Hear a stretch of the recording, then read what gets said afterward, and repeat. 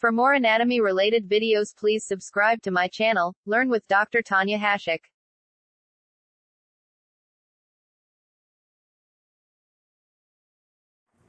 Hello everyone, let us start this video with a positive quote. So today's quote is, if you want to see the result, be consistent about whatever you are doing. So be consistent about whatever you are doing. So today's topic of discussion is the continuation of duodenum. So we have already discussed about the first and the second part of the duodenum. Today we will discuss about this third and the fourth part of the duodenum. So the third part of the duodenum, it starts at the inferior duodenal flexure. That is the second part of the duodenum. It connects with the third part of the duodenum at the inferior duodenal flexure.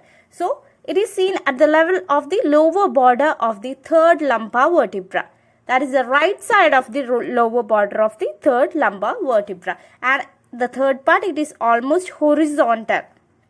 And it moves slightly upwards in front of the inferior vena cava. And it continues with the fourth part of the duodenum.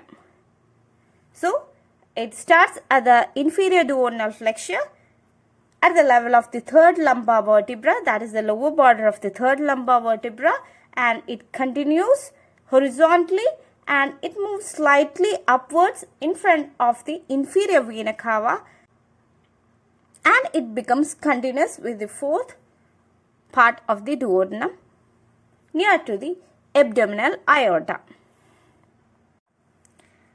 So now we will discuss about the peritoneal relation of the third part of the duodenum. So it is retroperitoneal, that is peritoneum, it only covers on the anterior surface, but it is not present in the median plane, which is crossed by the root of mesentery. This is the root of the mesentery and superior mesenteric vein and also the superior mesenteric artery. So it is not covered by the peritoneum at the median plane, which is crossed by root of mesentery and also superior mesenteric vein and also superior mesenteric artery. So now we'll discuss about the visceral relations of the third part of the duodenum. So anteriorly there is the root of mesentery as well as the superior mesenteric vessels. These are the superior mesenteric vessel, that is the superior mesenteric vein and also the superior mesenteric artery.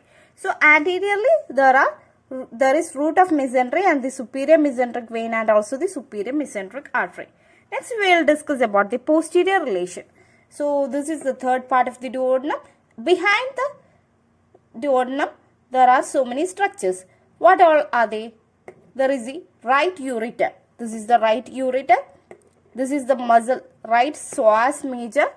So right psoas major, right ureter. Posteriorly you can see the inferior vena cava. This is the abdominal aorta. So this is the abdominal aorta. It is also seen posteriorly. And there is right testicular or ovarian vessels. In this figure you cannot see that. Next is the superior relation. So it is curved around the head of pancreas. So superiorly there will be the head of pancreas and inferiorly there is the coils of jejunum. So these are the relations. Now we will discuss about the fourth part of the duodenum. So this is the fourth part of the duodenum. It is only about 2.5 cm long and it moves upward immediately to the left of the aorta. And at the level of the upper border of the lumbar vertebra, it moves forward and continues with the jejunum at the duodenojejunal flexure. So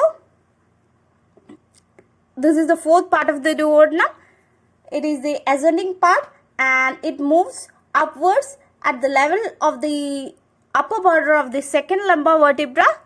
It moves forward and become continuous with the jejunum at the duodenojejunal flexure. So now we will discuss about the peritoneal relation of the fourth part of the duodenum it is retroperitoneal. That is, it is covered by the peritoneum only on the anterior surface, and the terminating part, it is mobile. We have already discussed that the two terminating parts of the duodenum, it is mobile. It is suspended by the uppermost part of the mesentery. Now we will discuss about the visceral relations of the fourth part of the duodenum. So anteriorly, I have not drawn. Anteriorly there is transverse colon, transverse mesocolon, lesser sac and stomach. So there are four structures anteriorly, that is the transverse colon, transverse mesocolon, the lesser sac and also stomach. So the posterior relations of the fourth part of the duodenum. So the posterior relations are the left renal artery. This is the left renal artery. You can see the inferior mesenteric vein. This is the inferior mesenteric vein and left sympathetic chain. This is the left sympathetic chain, and you can see the left gonadal artery. This is the left gonadal artery. So this is the fourth part of the duodenum. So the structures behind, that is the posterior relations, are the left renal artery, left sympathetic chain, left inferior mesenteric artery and also the left gonadal artery. So these are the posterior relations. And to the right there is the upper part of the root of mesentery, and to the right there is upper part of the root of the mesentery, and to the left there is left kidney and also left ureter, and superiorly there is a body of pancreas. So these are the relations of the fourth part of the duodenum. So now we will discuss about the suspensory muscle of duodenum. It is also called as a ligament of Treves.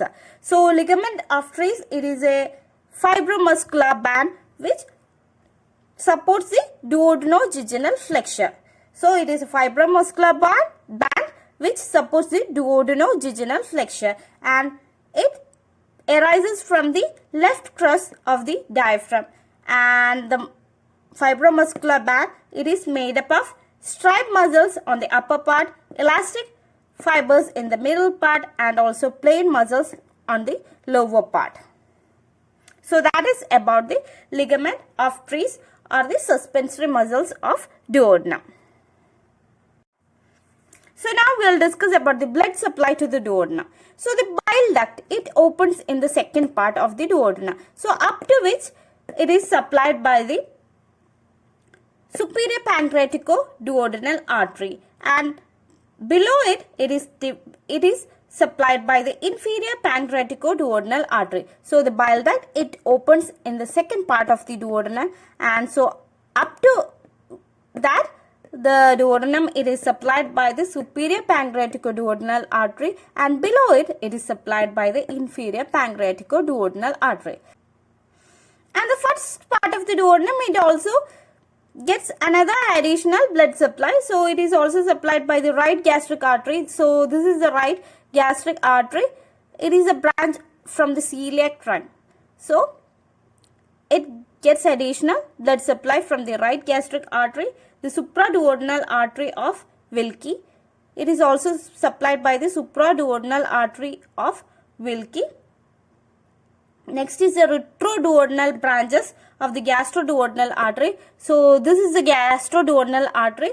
So it is also supplied by the retroduodenal branches of the gastroduodenal artery and some branches from the right gastroepiploic artery. So this is the right gastroepiploic artery. So some branches from the right gastroepiploic artery also supplies the first part of the duodenum.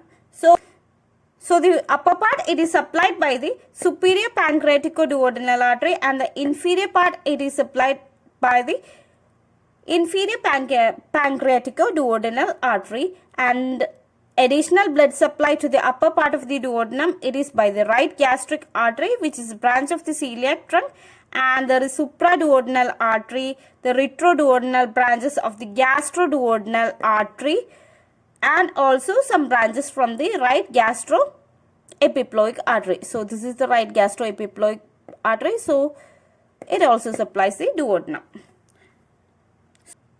The veins of the duodenum drains into splenic, superior mesenteric and portal veins. So, the veins, it drains into the splenic, superior mesenteric and also to the portal veins. Next is the lymphatic drainage. So, most of it drains into the pancreatico-duodenal nodes. And next is the nerve supply.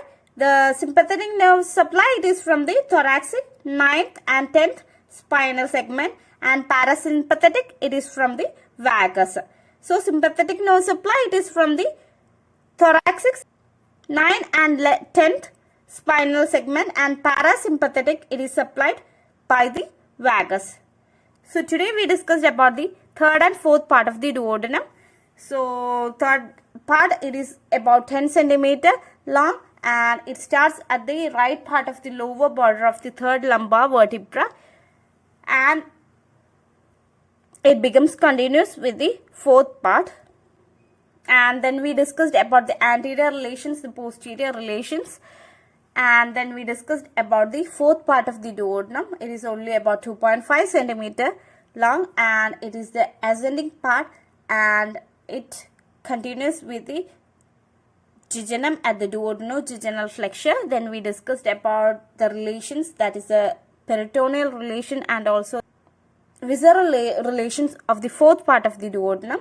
So, then we discussed about the blood supply to the duodenum, the nerve supply and also the lymphatic drainage of the duodenum.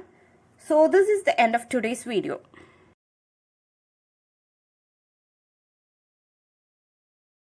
This is the end of today's video. For more videos, please subscribe to my channel and press the bell icon.